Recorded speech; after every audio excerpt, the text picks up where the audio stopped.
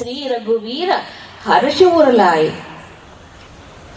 అంటే అప్పుడు రఘువీరుడు శ్రీరామచంద్రుడు ఆయన్ని ఆనందంతో ఆలింగనం చేసుకున్నట్టు. మరి అంతేగా, తన తమ్ముడిని పునర్జీవితం చేసిన వాడు దాదాపు, అందుకని ఆలింగనం చేసుకున్నట్ట. ఇక్కడ తులసి రామాయణంలో ఇలా కనిపిస్తుంది. మరొక చోట, ఇంకో చోట కూడా రాముడు శ్రీ లక్ష్మణుడి ఆలింగనం చేసుకున్నట్టుగా మనకు కనిపిస్తుంది. 12వ చౌపాయి. रघुपति कीन्ही बहुत बड़ाई, तुम मम प्रिय भरत ही सम भाई. అప్పుడు రఘుపతి శ్రీరాముడు బహుత బడాయి అంటే అనేక విధాలుగా ఆయన్ని ప్రశంసించాడు చక్కగా. ఎవరిని? హనుమంతుల వారిని.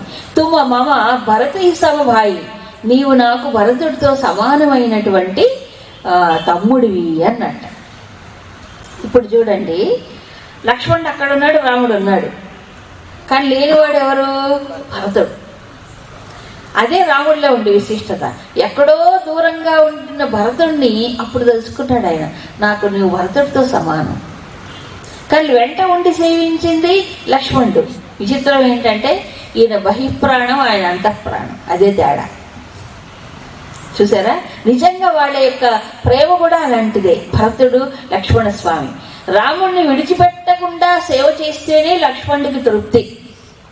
భరతుడు అంతకంటే ఎక్కువ త్యాగం చేశాడు. ఏమిటా త్యాగం తెలుసా? ఇంకా లక్ష్మణుడైన రాముడు సన్నిధిలో హాయిగా ఉన్నాడు ఆయన చూసుకుంటూ, కానీ ఆయన వియోగంలో, రాముడు వియోగంలో దుఃఖాన్ని అనుభవిస్తూ రాముడు తపస్సు చేస్తున్నాడు అని, నేను కూడా రాముడిలాగే ఇక్కడే తపస్సు చేయాలి రాజుగా ఉంటూనే. ఆయన రాజలాంఛనాలు ఏమీ స్వీకరించలేదు. ఆయన కూడా జటలు ధరించాడు.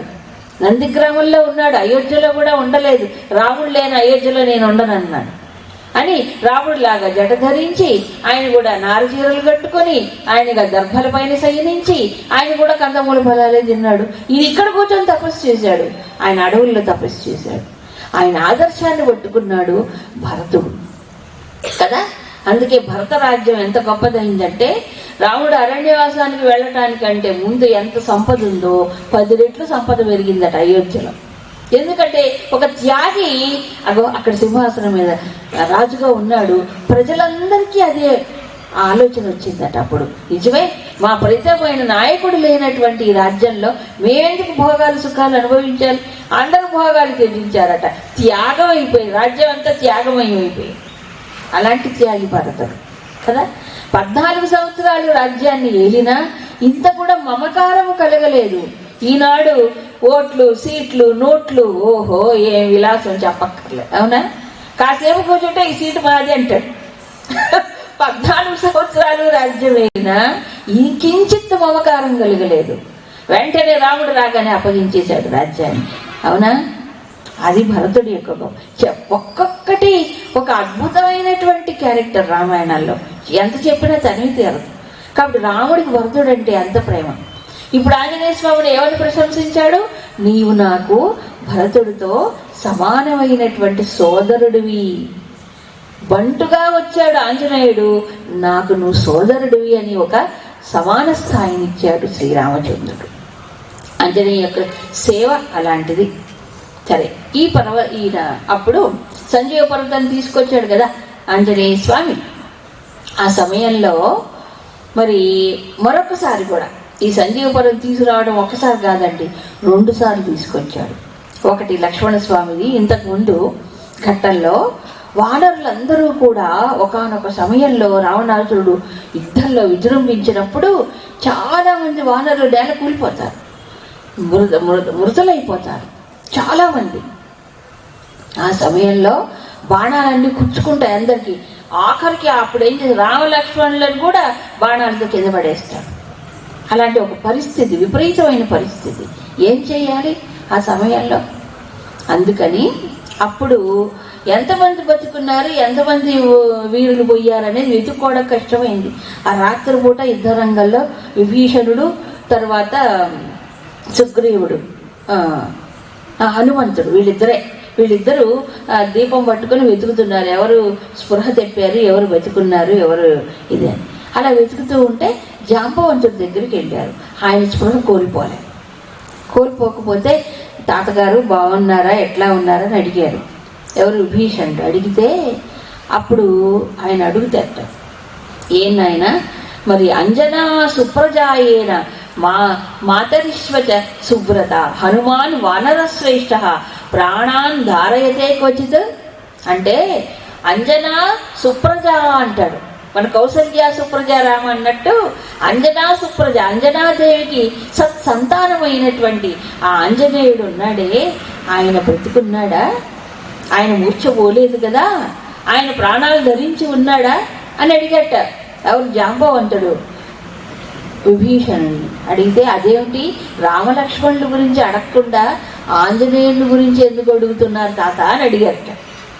అంటే అప్పుడు చెప్పాట, అస్మిన్ జీవతి వీరేతు హనుమత్యహతం బలం హనుమత్యుజ్జిత ప్రాణే జీవంతోపి మృతావయం. ఒక్క హనుమంతుడు జీవిస్తే మనందరం బతికినట్లే, ఒక్క హనుమంతుడు లేకపోతే మనందరం పోయినట్లే. అది ఆంజనేయ స్వామిలో ఉండే అంత నమ్మకం జాంబవంతుడు. అందుకని హనుమంతుడు ఎలా ఉన్నాడు అని అడిగాడు. ఎందుకంటే తర్వాత ఘట్టంలో అదే, అప్పుడు నువ్వు వెళ్ళి అక్కడ సంజయ్ ఉంటుంది, హిమాలయాలకు వెళ్ళి అది తీసుకురా. మళ్ళీ వానరులు మరి చాలా మంది వెళ్ళిపోయారు కదా, అప్పుడు ఆ పర్వతాన్ని తీసుకొచ్చిన తర్వాత మళ్ళీ ఆ పర్వతం యొక్క సంజయుని ప్రభావంతో అందరూ వానరులు లేచిపోతుంటారు. వానరులందరూ లేస్తారు, మళ్ళీ తిరిగి పునర్జీవితులు అవుతారు. అది రాగా గాలి సోకగానే, లోపల ఇంజక్షన్లు పడవక్కర్లే, సెలైన్లు ఎక్కించక్కర్లే, గాలి సోకగానే బతికిపోయారు అందరు. అలా వానరులందరినీ కూడా బతికించి, మీకు ఒక ధర్మ సందేహం కలగొచ్చు అని మీ సందేహాలు నేనే చెప్తా. ఏమిటంటే, మరి ఒకసారి పర్వతం తెచ్చాడు కదా, తీసుకు అలాగే పెట్టుకుని మళ్ళీ ఉపయోగించుకోవచ్చు కదా. అది స్వార్థం. ఎందుకంటే ప్రకృతిలో సంపద అది, తాను ఒక్కడే దాన్ని డిస్టర్బ్ చేసి తన దగ్గర పెట్టుకోకూడదు. ప్రకృతిని డిస్టర్బ్ చేస్తే ఏమైపోతుంది ఈనాడు మానవ జీవితం చెప్పండి? పాడైపోవట్లే. అందుకని మళ్ళీ తీసుకెళ్లి కొండను అక్కడ పెట్టాడు, ద్రోణ పర్వతాన్ని. రెండోసారి అవసరం వచ్చినప్పుడు మళ్ళీ మళ్ళీ తెచ్చుకున్నాడు. అది అండి గొప్ప విషయం. సరే, అలా 2 సార్లు సంజీవని పర్వతం తీసుకొచ్చి మరి అందరికీ కూడా ప్రాణాలని బ్రతికించిన వాడు ఆంజనేయ స్వామి. అందుకని రాముడు కూడా అంతగా ఆదరించాడు, భరతుడితో సమానంగా ఆయన ఇచ్చేశాడు. మరి ఈ ఆంజనేయ స్వామి యొక్క విశిష్టతని ఎంత గొప్పది అంటే దేవతలు కూడా ఆయన పొగళ్ళేరట. 13వ దోహ చూడండి. సహస వదన తుమ్హరో జస గావై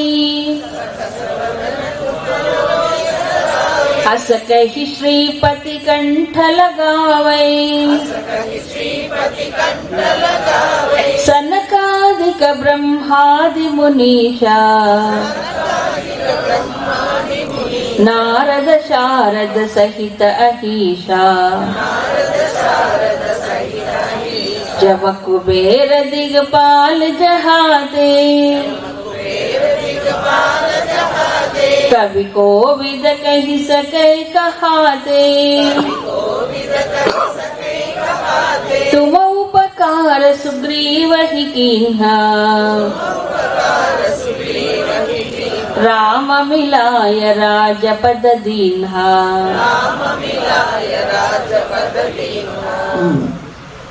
సహస వదన తుమ్హరో జస గావై. 1000 తలలు పడగలు కలిగినటువంటి ఆదిశేషుడు కూడా నీ యొక్క యశస్సుని గానం చేస్తూ ఉంటాడు. ఎవరు అని చెప్పేసి రాముడు అన్నట్ట. రాముడని అసకహి శ్రీపతి కంఠల గావై. శ్రీపతి అంటే శ్రీరామచంద్రుడు ఆయన్ని ఆలింగనం చేసుకున్నట్ట. ఎప్పుడు? లక్ష్మణస్వామిని ఇది బతికించినప్పుడు కదా, అలా సన్మానించాడు ఆయన. సనకాదిక బ్రహ్మాది మునీష, ఆదిశేషుడే కాదు, సనక సనందనాదులు ఉన్నారు కదా, బ్రహ్మమానస పుత్రులు, నారద మహర్షి, సాక్షాత్తు సరస్వతీదేవి, ఆదిశేషుడు, యముడు, కుబేరుడు, దిక్పాలకులందరూ కూడాను, సమస్త మరి మునులందరూ కూడా ఆయన్ని శ్లాఘించడానికి ప్రయత్నం చేసినా శ్లాఘించలేకపోయారట. అంత గొప్ప విశిష్టమైనటువంటి మరి కార్యములన్నీ సాధించాడంటే అన్ని గుణములు ఆయనలో ఉన్నాయి, సమస్త గుణములు ఉన్నాయి. కాబట్టి ఎవరు కూడా పూర్తిగా ఆయన స్థుతించడం సాధ్యం కాలేదు సరస్వతీదేవికి కూడా అని తులసీదాసి అంటారు. సరే, ఇంకొక విషయం మనకి ముఖ్యంగా కనిపించేది ఏమిటంటే, ఎంత శక్తి ఉన్నా ఎంత బలం ఉన్నా ఆయనకి వినయం అనేది అంత శోభ తెచ్చిందండి. ఎంత విద్య, ధనం, బలం, ఈ మూడు మానవుడి గర్వాన్ని పెంచుతాయి. కాస్త 4 ముక్కలు రాగానే గర్వం ఇక్కడ పోతాయి కళ్ళు. ఇంత బలం ఉండగానే గర్వం వచ్చేస్తుంది, ధనం ఉండగానే గర్వం వస్తుంది, శక్తి ఉండగానే. స్వామికి బలం ఉన్నా విద్య ఉన్నా కించిత్ గర్వం లేదు. అది అత్యంతమైన ఒక విశిష్టమైన గుణం అండి వినయం. సుగ్రీవుడి కంటే బలవంతుడు నిజానికి ఆంజనేయ స్వామి. సమానమేమో, కానీ సుగ్రీవుడి దగ్గర ఎలా ఉన్నాడు ఆయన? మంత్రిలాగానే సేవకుడిలాగానే ఉండి సేవించాడు. ఎన్ని ఆపదల్లో ఎంత రక్షించాడో ఆయన. ఈయనకు బుద్ధి చెడిపోయి వక్ర మార్గంలో పోయినప్పుడు కూడా, అంటే భోగలాలసుడైనప్పుడు సలహా ఇచ్చాడు. అది తుమ ఉపకార సుగ్రీవహికీన రామమిలాయ రాజపద అంటే ఏంటి? రాజరికాన్ని ఇచ్చాడు రాముడు. ఎవరికి? సుగ్రీవుడికి. రాజ్యాభిషేకం చేశాడు రాముడేగా, వాళ్ళని వధించి. దీనికి మూల కారణం ఆంజనేయ స్వామి. మరి రాముడితో మైత్రులను జరిపించిన వాడు ఆంజనేయ స్వామి. ఇద్దరిని కలిపినవాడు. కలిపి సంధి చేసుకున్నారు ఇద్దరు. మరి రాముడు వాళ్ళని వధించాడు, చక్కగా ఆయన్ని వానర రాజ్యానికి రాజుగా చేశాడు. దీనికి మూల కారణం ఆంజనేయుడే కదా. భయపడ్డాడు సుగ్రీవుడు రామలక్ష్మణుని చూసి. అమ్మో, వారి పంపించారేమో అనుకున్నాడు, పారిపోతున్నాడు. నువ్వు పారిపోకు, నేను వెళ్ళి కనుక్కొని వస్తానంటాడు. వెళ్ళి వాళ్ళతో మాట్లాడి వాళ్ళని గుర్తించి వాళ్ళిద్దరిని తీసుకొస్తాడు భుజాల మీద ఎక్కించుకొని. అక్కడికి సుగ్రీవుడి దగ్గరికి, ఋషమోక పైకి. వాళ్ళిద్దరికి అగ్నిసాక్షిగా మైత్రిని కుదురుస్తాడు. సరే, ఈ మధ్యలో ఏం జరిగిందంటే, ఇద్దరు మైత్రి కుదుర్చుకున్నా ఈ ఎంతైనా వానరుడు కదండి సుగ్రీవుడు. రాజ్యం వచ్చేసింది, భార్య కూడా తిరిగి లభించింది. ఈ కన్ను మిన్ను కనిపించలే. ఈ అంతఃపురంలో ఉండిపోయి భోగలాలసుడు అయిపోయాడు. రాముడికి ఇచ్చిన మాట, నేను సీతాన్వేషణలో సహాయం చేస్తానన్న ఆ మాట మర్చిపోయాడు. ఎప్పుడు మత్తులో ఉండేవాడు, అంతఃపురంలో కూర్చొని మర్చిపోయాడు. అప్పుడు రాముడు లక్ష్మణ స్వామిని పంపిస్తాడు ఆయనకి మళ్ళీ బుద్ధి చెప్పటానికి, మేల్కొల్పటానికి. కానీ ఈ లోపలే ఆంజనేయ స్వామి వెళ్ళి అంతఃపురంలో ఉన్న సుగ్రీవుడికి ఒక హెచ్చరిక చేస్తాడు. నీవు ఉపకారం పొందావు శ్రీరాముడి ద్వారా, తిరిగి ప్రత్యుపకారం చేయవలసిన బాధ్యత నీకుంది. ఇప్పుడు వర్షాకాలం అయిపోయింది, ఇప్పుడు సీతాన్వేషణ ప్రారంభించాలి, వానరులందరినీ సమీకరించాలి, మీరు ఆజ్ఞాపించండి అని గుర్తు చేస్తాడు. తెలుసండి ఎవరు? ఆంజనేయ స్వామి. ఆ సమయానికి ఒక మంచి ఆలోచన ఇచ్చి రాజును కూడా మార్గంలో పెట్టినవాడు ఆంజనేయ స్వామి. అలాంటి మంత్రి ఉంటే ఇంకా సాధించవలసింది ఏముంటుంది చెప్పండి? అదే అంటాడు శ్రీరాముడు. స్వామి ఆంజనేయుని చూడగానే, ఇలాంటి మంత్రి, ఇలాంటి దూత ఏ రాజుకు ఉంటారో ఆ రాజుకు సకల కార్యములు నెరవేరుతాయి అంటాడు. స్వామిని చూడగానే అంటాడు రాముడు. అది సుగ్రీవుడి యొక్క అదృష్టం. ఆంజనేయ స్వామి ఆయన వెంట ఉండటం. సమయానికి సూచన ఇచ్చాడు. ఈయన మధ్యలో పడిపోయిన తట్టి లేపాడు. వానరులు వీళ్ళందరినీ కూడా సమీకరింపి చేశాడు అప్పుడు ఆంజనేయుడు. అలా సుగ్రీవుడికి అనేక విధాలుగా ధైర్యాన్ని చెప్పి, చేదోడు వాదోడుగా ఉండి, సలహాలిచ్చి మంచి మార్గంలో ఆయన నడిపించినటువంటి వాడు కూడా. అందుకే ఆయన మరి మధ్యలో కాస్త డీవియేషన్ వచ్చినా మరి రాముడు ఆయన ఆదరించి ఆయన్ని చెంత చేర్చుకున్నాడు. అందుకని రామమిలాయ రాజపదదీన. విచిత్రం ఏంటంటే, ముందు సుగ్రీవుడికి సచివుడిగా ఉన్నాడు, అంటే మంత్రిగా. తర్వాత రాముడికి దాసుడైపోయాడు. రాముడి దగ్గరికి వచ్చేటప్పటికి రాముడు దాసుడుగానే ఉన్నాడు. తుమ్హరో మంత్ర విభీషణమాన లంకేశ్వర భయ సబు జగజాన. ఏంటట? విభీషణుడు నీ యొక్క మంత్రాన్ని తీసుకొని, మంత్రం అంటే అక్కడ మంత్రం కాదు, మంత్రణం అంటే ఏంటి? మంత్రణ, మంచి ఆలోచన.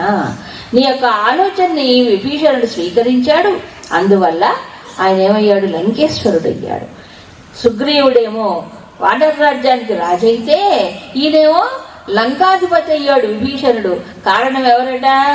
ఆంజనేయ స్వామి. ఆంజనేయ స్వామి కారణం. ఎందుకని? అక్కడ కూడా విభీషణుడికి సలహా ఇచ్చిన వాడు ఆంజనేయుడే. మరొక విషయంలో ఏంటంటే మనకు ఎక్కడ తెలుస్తుందంటే ఈ విషయం, రావణాసురుడి చేత తిరస్కరించబడి అవమానించబడి ఆయన విభీషణుడు నలుగురు రాక్షసులతో ఎగిరిపోయి శ్రీరాముని శరణు వేడటానికి వస్తాడు సముద్రాన్ని దాటి. అప్పుడు వానరులందరూ అప్పటికే అక్కడ ఉన్నారు. ఆకాశ మార్గంలో నిలబడి గట్టిగా అరుస్తాడనమాట, నేను రావణ సోదరుణ్ణి విభీషణుణ్ణి, నేను శ్రీరాముని శరణు వేడుతున్నాను అని చెప్పేసి చెప్తాడు పైన నిలబడి. అందరూ చూసి ఆయుధాలు ఎత్తేసి వాళ్ళు తరవటానికి ప్రయత్నం చేస్తారు వానరులంతా. కొంతమంది వెళ్ళి రాముడికి చెప్తారు ఇలా ఇలా జరిగింది అని చెప్పి. అప్పుడు రాముడు వెంటనే అత్యవసర సమావేశం ఏర్పాటు చేస్తారు అర్జెంటుగా వానర ప్రముఖులతో. చూడండి రాముడిలో కూడా ఎంత విజ్ఞత ఉన్నదో. ముఖ్యమైన ప్రముఖులు వచ్చేసి కలుసుకున్నారు. అప్పుడు రాముడు అడుగుతాడు, మీరు సలహా ఇవ్వండి, వచ్చాడు విభీషణుడు అక్కడ, మరి ఏం చెయ్యాలి, మీ అభిప్రాయం చెప్పండి. ఒక్కొక్క వానర ప్రముఖుడు ఒక అభిప్రాయం చెప్తారు. ఎవ్వరూ అంగీకరించరా విభీషణుని. వాడు శత్రువు నుంచి వచ్చాడు సోదరుడు అని చెప్తున్నాడు, మన దగ్గర మనలో కలిసిపోయి మనకు అన్యాయం చేస్తాడేమో, అన్ని ఇన్ఫర్మేషన్ అంతా స్వీకరించి మళ్ళీ మనకు అన్యాయం చేస్తాడే, దెబ్బ కొడతాడేమో, నమ్మకూడదు వాడిని, రాక్షసుడు. ఎవ్వరు ఒప్పుకోలేదు, రకరకాలుగా మాట్లాడతారు, పరీక్షించాలి అట్లా ఇట్లా అన్ని. చివరగా ఆంజనేయుని అడుగుతాడు శ్రీరాముడు. అప్పుడు ఆయన అంటాడు, రామా నీకు తెలియక నన్ను అడుగుతున్నావా, కానీ మీరు అడుగుతున్నారు కాబట్టి నేను చెప్తున్నాను అని ఒక మాట అంటాడు. అక్కడెక్కడో పైన ఉన్నాడండి ఆయన విభీషణుడు, ఈయన కింద ఉన్నాడు. ఆయన ముఖం చూస్తుంటే నాకు ఆయనలో ఎక్కడ మోసం కనిపించట్లేదు అన్నాడు. మోసం చేసేవాడి యొక్క ముఖ కవళికలు వేరుగా ఉంటాయి కదా, అమాయకుడి యొక్క ముఖ కవళికలు వేరుగా ఉంటాయి. మనకు తెలుసు కోపం వచ్చినప్పుడు ఎట్లా ఉంటారు మనుషులు, ఓ రకంగా ఉంటారు. ఆయన మాట గట్టిగా ఉంది, ముఖము ఎలాగుంది, ముఖ కవళికల్లో ఎక్కడ కపటం కనిపించట్లే, కపట బుద్ధి కనిపించట్లే. ఆయన మాట కూడా గట్టిగా ఉంది. అంటే మోసం చేసేవాడు ఎట్లా మాట్లాడతాడు, మోసం చేసేవాడు నయంగా, ఆహా మధురంగా, అవతల బుట్టలో వేసుకొని వాడు కన్ను కప్పించే అట్లా మాట్లాడతాడు మోసం చేసేవాడు. ఆయన అలా మాట్లాడట్లేదు, గుండెలో మాట బయటకు వచ్చేస్తుంది అంతే డైరెక్ట్గా. ఆయన ముఖం చూస్తే కూడా నాకు ఆయనలో కపటం ఉన్నట్టు కనిపించట్లేదు అంటాడు. దీన్ని ఇంగితజ్ఞత అంటారు. ఇంగితజ్ఞత అంటే ఎవరు లోపలికి వెళ్ళి చూడరు, ముఖాన్ని బట్టి మాటను బట్టి వాళ్ళ లోపల హృదయాన్ని గుర్తించడం. అంత సూక్ష్మగ్రాహి ఆంజనేయుడు కాబట్టి అతన్ని మనం స్వీకరించవచ్చు. ఆయన సరి అయిన సమయంలోనే వచ్చాడు, సరి అయిన రాముడి దగ్గరికే వచ్చాడు. రాముడు శరణాగత వత్సలుడు అని తెలిసే రాముడి దగ్గరకు వచ్చాడు. మరి ఈ సమయంలో కాకపోతే ఎప్పుడు రావాలి కదా, అక్కడ తిరస్కరించబడి కదా వచ్చాడు, అది కూడా చెప్పాడు ఆయన. రావణాసుడు తిరస్కరించాడు కాబట్టి సత్పురుషుడైన రాముణ్ణి ఆశ్రయించాడు. ఇక లంకలో అతను నిలవటానికి మనసు అంగీకరించలే. ఎందుకు, అంతా అధర్మమే, అంతా అన్యాయమే. మంచివాడు చెప్తే తప్పైపోయాయి, అతన్ని అవమానించి పంపించాడు కదా, అందుకని వచ్చాడు. ఎక్కడికి రావాలో అక్కడికే వచ్చాడు. ఇదంతా తెలుసు ఆంజనేయ స్వామి. అందుకని రాముడు ఆ సమయంలో ఆ మాట చెప్తాడు. అంతా విన్న తర్వాత అప్పుడు రాముడు కూడా, నేను కూడా ఏకీభవిస్తున్నాను, ఇప్పుడు నేను అతనికి ఆదరణ అంటే శరణాగతిని ఇస్తాను అని ఒక మాట అంటాడు. శరణాగత వత్సలత అంటే రాముడు ఎలాంటి వాడు, సకృదేవ ప్రపన్నాయ తవాస్మీతి చయాచతే. ఎవడైనా ఒక్కసారి నేను నీవాడిని రామా అని శరణు వేడితే నేను నీవాడిని అనాలి, నువ్వు నావాడి కాదు. నేను తవ అస్మి అహం, నేను నీవాడిని అని కోరితే అప్పుడు సర్వభూతముల నుంచి అభయిస్తాడు రాముడు అని తన ప్రతిజ్ఞను తెలుపుతాడు. ఆయన్ని స్వీకరిస్తాడు విభీషణుని. సో ఆ ప్రకారంగా ఆంజనేయ స్వామి తన విజ్ఞతతో విభీషణుణ్ణి కూడా మరి రాముడు ఆదరింపేలా ఆయన సూచన కూడా ఇవ్వగలిగాడు. అందుకు రాముడు కూడా ఇంకో విషయం, సుగ్రీవుడికి విభీషణుడికి కూడా రాముడు ముందే శరణాగతి ఇవ్వటం, వెంటనే అభిషేకం చేశాడు. లంకారాజ్యానికి యుద్ధం జరగలేదు, రావణాసురుడు జయించలేదు, మొదలే పట్టాభిషేకం చేశాడు. అంతే, అంత కాన్ఫిడెన్స్. గెలుస్తాడు, ఈయనకి రాజ్యం వస్తుంది. అందుకే రాముడు ఎవరు అంటే ఆయన రాజే కాదు, ఇతరులను కూడా రాజులుగా చేశాడు, ధర్మాత్ములైన వారు. తర్వాత 18 చౌపాయి. యుగ సహస్రయోజన పరభాను లీల్యోతాహి మధుర ఫలజాను ప్రభు ముద్రికా మేలి ముఖమాహి जलधि लांघ गए अचरज नाही दुर्गम काज जगत के जेते सुगम अनुग्रह तुम्हारे तेते राम दुआरे तुम रखवारे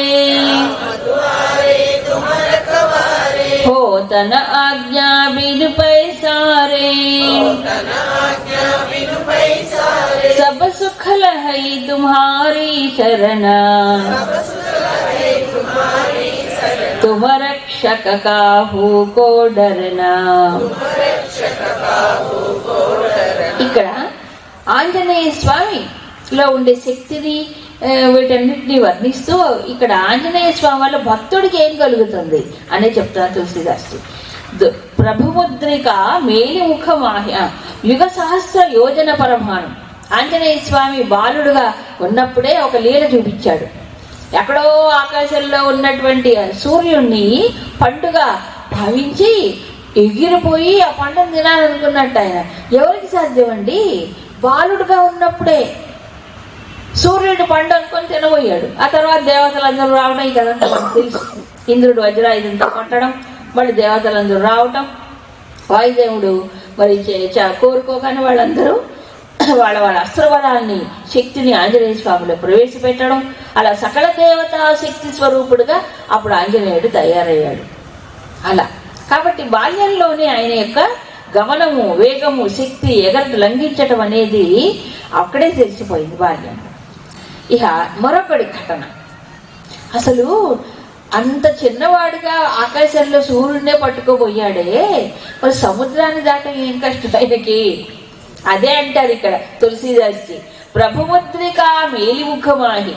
శ్రీరామచంద్రుడు అంగుళీకాన్ని ఇస్తాడుగా, ఉంగరాన్ని ఇచ్చినప్పుడు ఏం చేశారట ఆయన ముఖంలో, ఇక్కడ ముఖంలో పట్టుకున్నట్ట, అక్కడ పట్టుకుని ఆయన సముద్రాన్ని దాటాడు.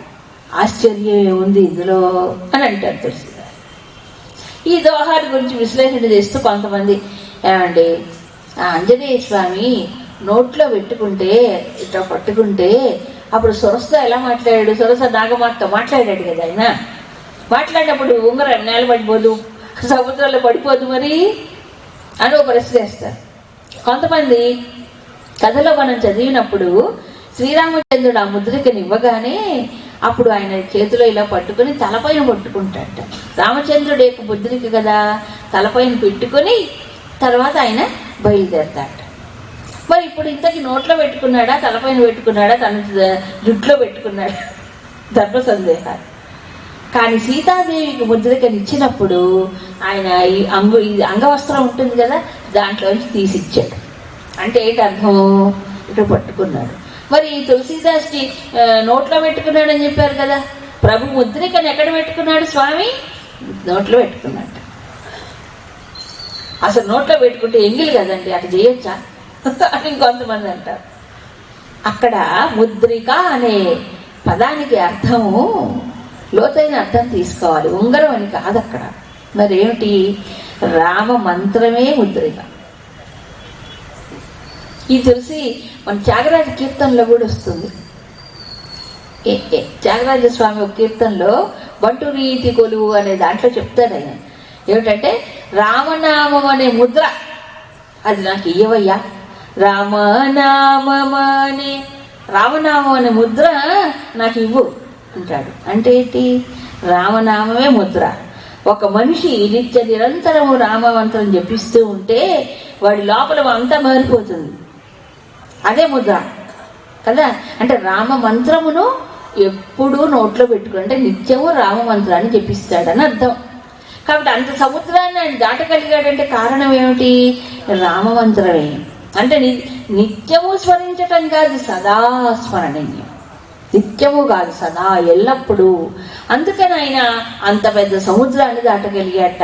అవలీలగా దాటాడు. గోష్పది కృతవారాసిం అంటే ఓ చిన్న ఆవు పాదం దాటడం ఎంత తేలిక, అంత పెద్ద సముద్రాన్ని అలా దాటాడు. దాటి ఆయన వాల్మీకి రామాయణంలో రాస్తారు, ఆయన ఒక్క నిట్టూర్పు కూడా విడవలేదంట. మన 4 మెట్లు ఎక్కితే మనకి ఆయాసం వస్తుంది. అట్లాంటిది శతయోజన విస్తీర్ణమైన సముద్రాన్ని దాటి ఒక్క నిట్టూర్పు కూడా విడవలే, అలసిపోలేదట స్వామి. అంతేకాదు ఆయన ఇలా వెనక్కి చూశాట, తాను దాటిన సముద్రాన్ని చూసి, ఓ ఇంతేనా, ఇలాంటి 100 సముద్రాలు కూడా దాటుతానన్నట్టు అనుకున్నట్టు స్వామి. అది ఆయనలో ఉండే యోగశక్తి, యోగ బలం. అందుకని ప్రభు ముద్రిక అంటే ఇక్కడ ఏంటి? రామమంత్రం. ఆయన శరీరం యావత్తు రోమ రోమములో ఆయనకు రామనామమే. అంటే మనము రాముడిని చూడాలంటే ఆంజనేయుడి ద్వారానే చూడాలి. తులసీదాసు చేసింది అదే. శ్రీరామచంద్రుడి యొక్క ఇది అనుగ్రహం పొందాలంటే ఆంజనేయ స్వామి ద్వారానే పొందాలి. ఎందుకంటే ఆంజనేయుడు రామభక్తికి రాముడే అయిన, రాముడు లోపలంతా నిండిపోయి ఉన్నాడు. కాబట్టి ఆయన దర్శనం కలిగింది తులసీదాసుకి, హనుమత్ దర్శనం కలిగింది. ఆయన అనుజ్ఞ చేతనే రామాయణాన్ని రాస్తారు. అలాగా జలధి లాంగిగయే అచరజనాహి. అందుకే కొన్ని రామాయణంలో చెప్తారు, భవసాగరాన్ని దాటడానికి మూలం రామనామం. భవసాగరాన్ని దాటించే రామనామము ఈయనకి మామూలు సముద్రాన్ని దాటించలేదు ఆంజనేయుడిని. ఆశ్చర్యం ఏముంది ఇందులో? మామూలు సముద్రం దాటడం కదా. కాబట్టి భవసాగరం ఎక్కువ, ఏంటి సంసార సాగరం ఎక్కువ. ఎన్ని జన్మలు ఎత్తుతున్నాడో మనిషి కదా, దాటగలుగుతున్నాడా? దానికి ఉపాయము రామమంత్రమే అని ఒక సూచన దీంట్లో చెప్పారు.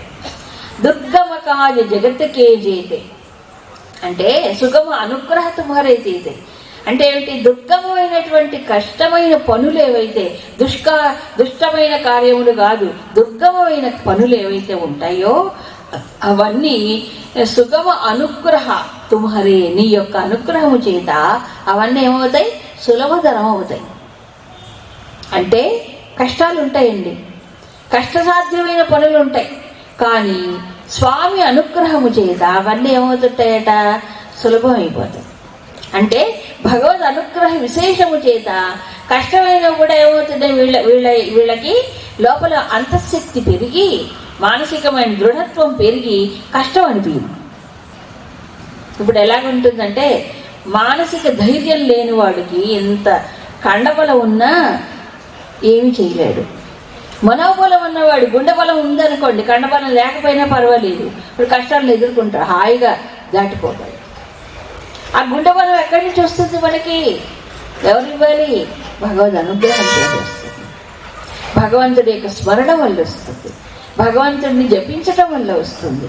అంతేగాని ప్రతిసారి కూడా ఎవరో వచ్చి అక్కడి నుంచి భగవంతుడు సర్వశక్తివంతుడు కదా, సర్వశక్తివంతుడైన భగవంతుడిని ఆశ్రయించినప్పుడు అలాంటి వాడికి కష్టమైనటువంటి పనులు కూడా సుగమం అవుతాయి. ఇది భగవద్గీతలో కూడా చెప్పాడు. 18వ అధ్యాయంలో మరొక చోట దుర్గమమైనటువంటివన్నీ కూడా మత్ ప్రసాదాత్ తరిష్యతి సర్వాణి దుర్గాణి. దుర్గాణి అంటే దుర్గమమైన పనులు, కష్టమైనటువంటివి. మత్ ప్రసాదాత్, నా అనుగ్రహము చేత నువ్వు వాటిని దాటుతావు, తరిస్తావు అని మాటిచ్చాడు శ్రీకృష్ణుడే. మరి ఇక్కడ తులసీదాసి అదే చెప్పారు. సో ఆంజనేయ స్వామి యొక్క, భగవంతుడి యొక్క అనుగ్రహము చేత కష్టసాధ్యమైనవి కూడా అవి సులభ సాధ్యం అవుతాయి. అది అనుగ్రహం యొక్క విశేషం. ఆయన అనుగ్రహాన్ని కోరుకోవాలి. చాలామంది ఏం చేస్తారంటే కష్టపడతారు, కృషి చేస్తారు, కానీ భగవంతుడు మర్చిపోతారు. నువ్వు ఎంత కష్టపడ్డా, నీకు ఎంత తెలివితేటలు ఉన్నా, నీకు ఎంత యుక్తి ఉన్నా, ఎంత శక్తి ఉన్నా, ఆ భక్తి ఒక్కటి లేకపోతే ఏమవుతుంది? అది సరి అని దొంగ చూపించలేదు, బుద్ధి పనిచేయదు అక్కడ. అవునా? కాబట్టి ఒక భక్తి ఉన్నది అనుకోండి, మిగతావన్నీ కూడా దానికి అవే చక్కదిద్దుకుంటాయి. ఆ భక్తి విశేషం లేదనుకోండి, మిగతావన్నీ సరైన మార్గంలో ఉపయోగపడవు, బుద్ధి కూడా పనిచేయదు. ఎక్కడో ఒక చోట నేను చదివా, దేవతలట ఒక మానవుణ్ణి అనుగ్రహిస్తున్నారు, లేక దేవతల యొక్క అనుగ్రహం లేదంటానికి ఏమిటి సూచన? పైనుంచి ఏదో రాలదు, వాడి బుద్ధేనట. దేవతలు అనుగ్రహించేవాడికి మంచి బుద్ధినిచ్చి, వివేక బుద్ధినిచ్చి, సమయానికి ఏం చేయాలో తగిన స్ఫురణ ఇస్తారట. కానీ భగవంతుడి దేవతల అనుగ్రహం లేని వాడికి ఏం జరుగుతుంది తెలుసా? వాడు బుద్ధి చెడిపోతుంది. ఫస్ట్ ఆ బుద్ధి చెడిపోయింది అనుకోండి, బుద్ధి నాశాత్ ప్రణశ్యతి, నశించిపోతాడు వాడు. వివేకం పనిచేయదు, మనసులో ఆవేశాలు వస్తాయి, ఆలోచన ఉండదు, ఇష్టం వచ్చినట్టు చేస్తాడు, చెడిపోతాడు, చివరి నాశనం అవుతాడు కదా. కావాల్సింది ఏమిటంటే, ఎన్ని శక్తులున్నా భగవద్ అనుగ్రహం అనేది ఒకటి ఉంటే కష్టసాధ్యమైనవి కూడా వాళ్ళకి ఏమవుతాయి, వాళ్ళకి కష్టం అనిపించదు, దాటిపోతాడు. అవన్నీ కూడా అడ్డంకులన్నీ దాటిపోతాడు. ఎందుకంటే ఆంజనేయ స్వామి సముద్రాన్ని లంఘించడమే ఒక గొప్ప ఉదాహరణ, మనకి ఇంకా ఉదాహరణలు అక్కర్లేదు కదా. ఆ రకంగా ఇక స్వామి రామద్వారే తుమ రఖవారే, ఆయన ఎప్పుడూ కూడా శ్రీరామచంద్రుడి యొక్క ముఖద్వారం ఉంటుంది కదా, ఎంట్రన్స్ గేట్, అక్కడ ద్వారపాలకుడిగా ఉంటాడట, రక్షిస్తూ ఉంటాడట. హోతన ఆజ్ఞ వినిపోయిసారే అంటే ఆయన ఆజ్ఞ లేకపోతే ఎవ్వరూ కూడా రామ దర్శనం వాళ్ళకి లభించదు అని చెప్తారు. అంతేకాదు సర్వసుఖలహి తుమ్హారి శరణ, నేను శరణ పొందినటువంటి వాడికి సర్వసుఖములు లభిస్తాయి. తుమ రక్షక, నువ్వు రక్షకుడివి కదా, కాహు కూడా ఎందుకు భయపడాలి?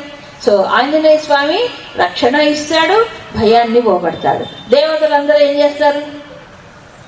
అభయ వరద ముద్రలు ధరిస్తారు, ఆంజనేయ స్వామి అంటారు కదా. భయాన్ని పోగొడతాడు, తర్వాత సుఖాన్ని ఇస్తాడు.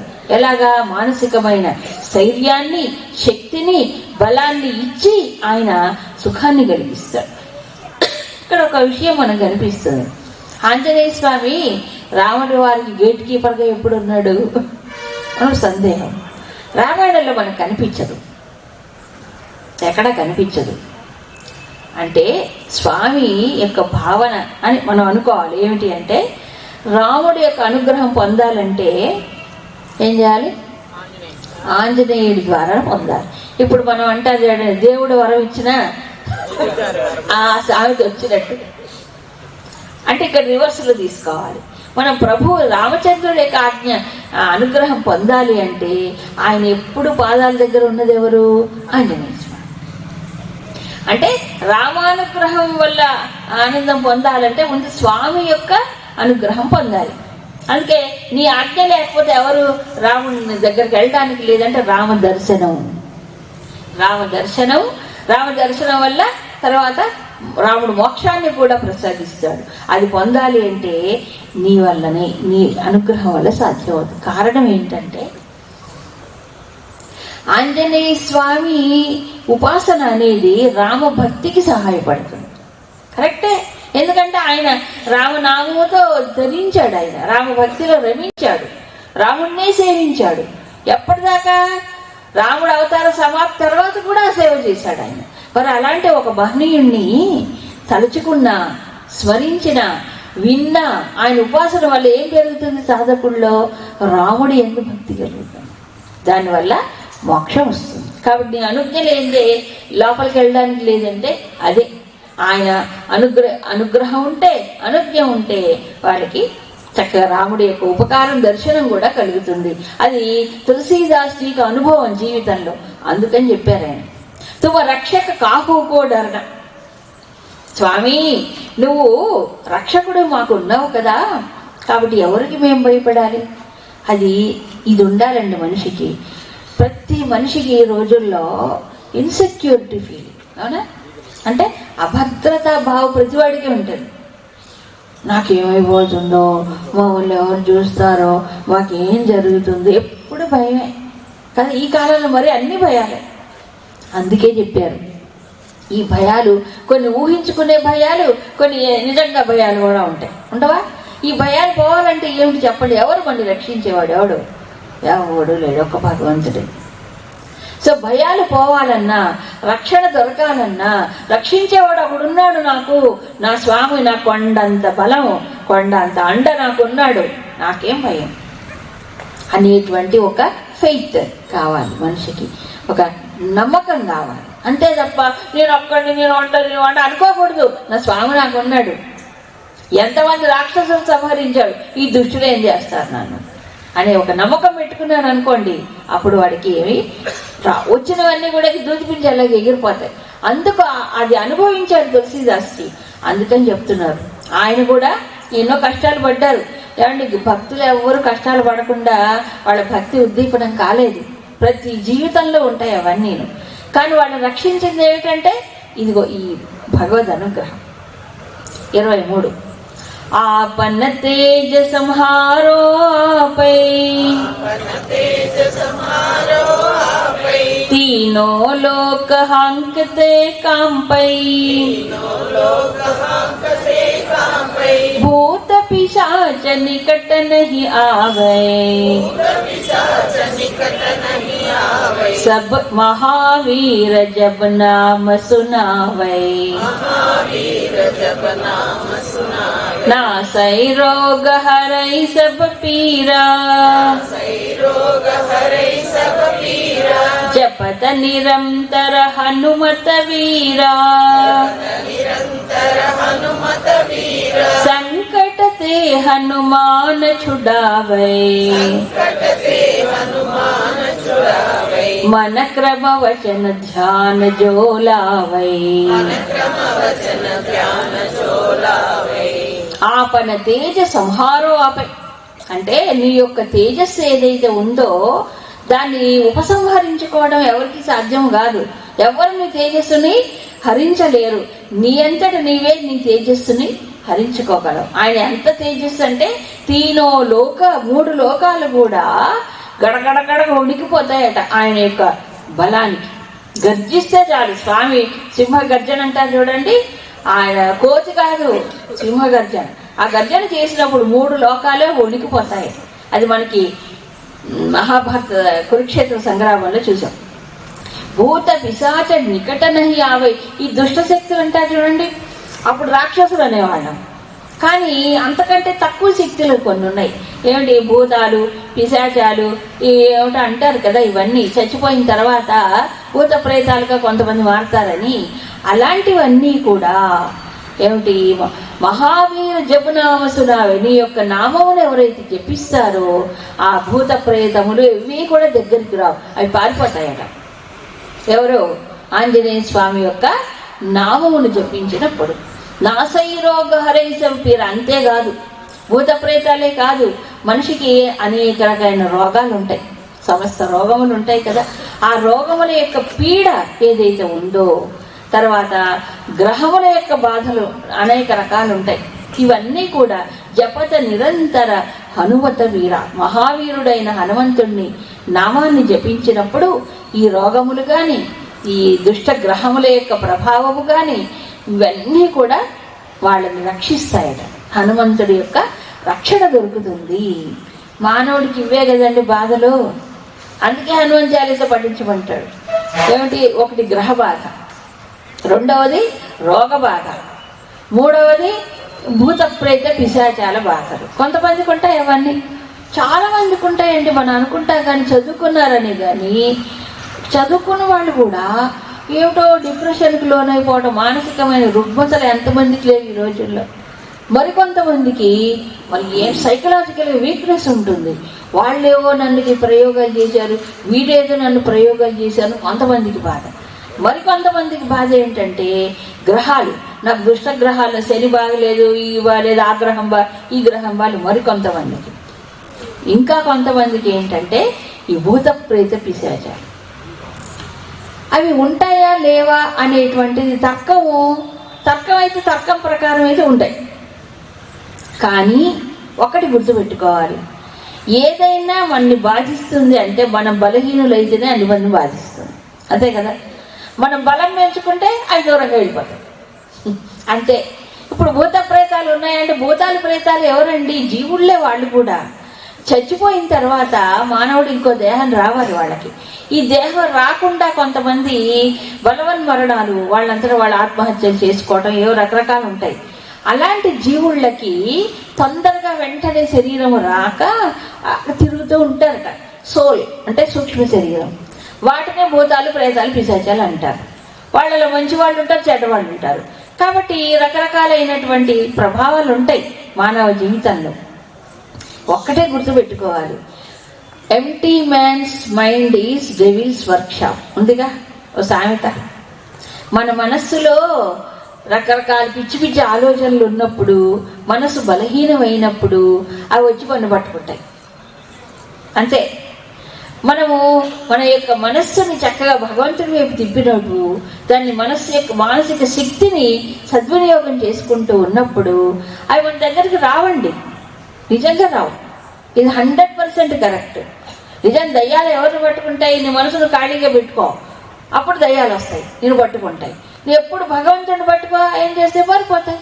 ఈ శక్తి, ఇది కనిపించే శక్తి కాదు. మైక్రోస్కోపుల్లో, టెలిస్కోపుల్లో కనిపించవు ఇవన్నీ. మంత్రశక్తి కనిపించదు బయటికి కదా, మంత్రం. కానీ భగవంతుడు ఆశ్రయించిన వాడికి, అందుకే అన్నారు మాకేం భయం అయ్యా, నేను ఆశ్రయించిన వాడికి మాకు భయమే లేదు. మరి రోగములు, గ్రహబాధలు అవి కూడా పోతాయట. అంటే ఆంజనేయ స్వామి కేవలం వానరుడని కానీ కేవలం రామదూతగా చూడకూడదండి. ఎందుకంటే సంహితల్లో, పురాణాల్లో చూసినప్పుడు బ్రహ్మ విష్ణు శివాత్మకుడుగా కనిపిస్తాడు ఆయన. అంతేకాదు ఆయన సర్వదేవతా స్వరూపుడు కూడా కనిపిస్తాడు. కాబట్టి అమితమైనటువంటి ఒక తేజస్సు ఆయనలో ఉంది. మామూలు ఒక చిన్న కోతిగా మనం భావించకూడదు. పరమాత్మగానే భావించినటువంటి వాడికి, ఈశ్వరుడుగా భావించిన వాడికి, భావించి ఆయన ఆశ్రయించినటువంటి వాడికి గ్రహ బాధే కాదు, రోగాలు కూడా పోతాయంటారు. ఏమండి మరి అట్లా అయితే ఇంకా హాస్పిటల్స్ ఎందుకు, డాక్టర్లు ఎందుకు, ఈ షాపులు ఎందుకు, అన్ని మూసేయచ్చుగా. మూసేయచ్చు, కానీ చదివితేగా ఎవరైనా చదివితేగా నమ్మకంగా చదువుతారు. కానీ ఎలా చదువుతారు? నోటితో చదువుతారు. నోటితో అంటే ఊరికే అట్లా శబ్దం వస్తుంది అంతే. మరి లోపల శ్రద్ధ, విశ్వాసం, ఆ భక్తి ఉండి అంత శ్రద్ధతో చదివినప్పుడు దాని ప్రభావం కూడా కనిపిస్తుంది. ముఖ్యంగా కార్యసిద్ధికండి.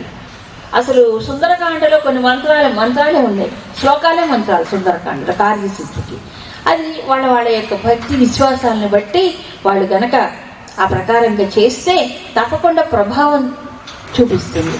ఇంకొక ముఖ్య విషయం, అది గ్రహబాధ కావచ్చు, అది రోగ బాధ కావచ్చు, లేక భూత ప్రేత పిశాచాల బాధ కావచ్చు, శత్రు బాధ కావచ్చు, ఏ బాధలైనా అన్నీ ఎక్కడ తగులుతాయి మనకి?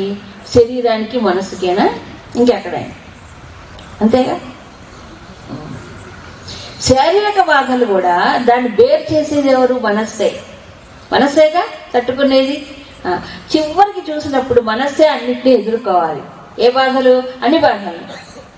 ఈ మనస్సుకు కనుక శక్తిని ఒకటి మనం అటాచ్ చేసామనుకోండి, శక్తికి పట్టుకున్నాం అనుకోండి, శక్తిని ఆధారంగా చేసుకున్నప్పుడు మనసుకు శక్తి కలిగిన వాడికి రోగం వచ్చినా ఆ రోగాన్ని భరించగలిగి యాక్సెప్ట్ చేసినప్పుడు స్ట్రగుల్ ఉండదండి. రోగం వస్తుంది, బట్ రోగంలో కూడా భగవంతుని స్మరించాలి. అప్పుడు అది తేలికైపోతుంది. వాడు మనకి కొంత వస్తే ముక్కుతూ మూలుగుతూ ఆడాటలు, తుమ్మొచ్చినా, దగ్గొచ్చినా, ఏదొచ్చినా డాక్టర్ కొంత కూడా భరించలేడు, ఎండ మింగేస్తాడు. ఎందుకు? దేవుడు తలుచుకుని జబ్బులు తగ్గిపోతాయా అంటాడు. ఓ రామచంద్ర, మరి ఇంకెవరిని పట్టుకోవాలి? ఇప్పుడు నీ డాక్టర్లు పట్టుకున్నారు, మంచి మందులు ఇస్తారా? వాళ్ళు లేరు, వైద్యమే లేదు, ఇప్పుడు వ్యాపారం ఉంది. అందుకని ఇంకోటి కూడా మనం గుర్తించాలి, ఆ డాక్టర్కి మంచి బుద్ధి పుట్టి మనకు మంచి మంది ఇవ్వాలని దేవుడు పట్టుకోవాల్సిందే. అవును, వాడి బుద్ధి చెడిపోతే మనకి సరైన ట్రీట్మెంట్ రాదు. అవి కూడా ఎన్ని జరగట్లేదు ఇప్పుడు ప్రపంచంలో. అది అందుకని ఏంటంటే నిత్య నిరంతరము భగవంతుని ఆశ్రయించినటువంటి వాడికి ప్రారంభవశాత్తు కొన్ని బాధలు ఉంటాయి, ఉండకుండా ఉండవు, కానీ అవి దూరం అయిపోతాయి. వాటి ప్రభావం తగ్గుతుంది, మనసుకి శక్తి కలగటం వల్ల వీటన్నిటిని ఎదుర్కోగలడు. దయ్యానుభూతాలు కూడా ఏం చేస్తాయి? అవి మనలాంటి జీవుళ్లే, అంతే. పాపం శరీరం లేక అవి తిరుగుతుంటాయి. మన శరీరంతో ఉన్న దయ్యాలు ఏం చేయలేవు, అవి కూడా అవి జీవుళ్లే. అందుకని ప్రార్థన చేయాలి అంతే. మాకు ఆశ్రమాల్లో మాకు చాలా ఎక్స్పీరియన్స్ మాతాజీ మాకు చెప్పేవారు. మేము డైరెక్ట్గా అనుభవించాం కూడా కొన్ని విషయాలు. ఈ సుందరకాండ పారాయణం ఇట్లాంటి వాటిల్లో రిజల్ట్ కూడా కనిపిస్తుంది. వాటి ఎన్నో ఉంటాయి. అన్న మంత్ర రహస్యాలన్నీ కూడా ఆ సుందరకాండలో ఉన్నాయండి. కాబట్టి హనుమత్ ఉపాసనలో అవన్నీ కనిపిస్తాయి. ఒక అమ్మాయి మా ఆశ్రమంలో ఎప్పుడు లాంగ్ టైం బ్యాక్ పాపం బట్టలు ఆరేస్తే ఆ బట్టలు ఎవరి కింద పడేసినట్టు, ఇంకా అమ్మాయికి ఏదో ఒక చుట్టూ తను తిరుగుతున్నట్టు ఏదో ఒక బాధ కలిగితే పాపం చాలా బెంబేలు పెట్టేసుకుంది. ఆ అమ్మాయికి సుందరకాండ చదువమ్మా అని చెప్పారు మాతాజీ. సుందరకాండ చదివింది, చక్క నిష్టగా రోజు కూర్చొని చదివింది. అంతే. కొన్నాళ్ళకి ఏమీ లేదు మేడం, మామూలుగా. ఎన్నో ఉన్నాయి ఇలాంటి సంఘటనలు, చాలా ఉంటాయి. అది ఆంజనేయ స్వామి వారి యొక్క ఆ శక్తి మహిమ. అందుకే తుమ రక్షక కాహు కోడరనా, మా అన్న, మా అంజన్న, మా హనుమన్న అనుకోండి కనీసం. మా వెంట ఉన్నాడు ఆయన, నాకు ఎప్పుడూ నా వెంట ఉంటాడు, నేను ఒక్కడిని అనుకోకూడదు. స్వామి ఉంటాడు ఒక్కడు అనేటువంటి రాటు, నా వెంట నా దేవుడు ఉన్నాడు, నాకేం భయం. కాబట్టి ఎన్ని రోగాలు బాధలు ఎన్ని వచ్చినా అవన్నీ కూడా దూరం అయిపోతాయి. సంకటతే హనుమాన చూడావాయి. అయితే ఒకటి చివరిది ముఖ్యం ఏమిటంటే, ఈ కష్టాలు ఇవన్నీ కూడా హనుమంతుడిని ఎవరైతే మన క్రమ వచన జోలావై మనస్సుతో, కర్మతో, వాక్కుతో ఎవరైతే హనుమంతుడిని మనసులో ధ్యానిస్తాడో అలాంటి వాడికి ఏమవుతాయట, ఇవన్నీ కూడా సంకటములు కానీ కష్టాలు కానీ ఇవన్నీ కూడా తొలగిపోతాయి. మన క్రమ వచన ధ్యాన ఇది ముఖ్యం. మనం ఏం చేస్తాం? వచనంతోనే చేస్తాం. హనుమాన్ చాలీసా అంటే వాక్కుతో పారాయణం చేస్తాం. కానీ ఇక్కడ ఏం చెప్పారు? మన క్రమ వచన ధ్యాన, మనస్సుతో, మనస్సు లగ్నము చేసి, మనస్సు ఏకాగ్రము చేసి, బుద్ధిలో శ్రద్ధ కలిగి వాక్కుతో పారాయణం చెయ్యాలి. ఇంకొకటి, ఇదొక అర్చనగా భావన చేయాలి. ఇవి పారాయణ అంటే ఫోటోలు తీసుకొని మేము ఎంత అన్నం పెట్టాం, అంత అన్నం పెట్టాం, ఇంతమంది వచ్చారు, ఇన్ని భోజనాలు పెట్టి ఇదే చెప్పుకుంటారు. అసలు హనుమంతుడు ఎక్కడ పోతాడు? ఈ హడావుడే ఆర్భాటమే తప్ప అంతా అదే ఇప్పుడు జరుగుతుందంటే హడావుడే ఆర్భాటం, షో ప్రతిదీ కూడా. అంతేగాని బయటకు చూపించుకోవడమే. అసలు లోపల నా లోపల హనుమంతుడు ఎన్నిసార్లు తలుచుకున్నా నేను.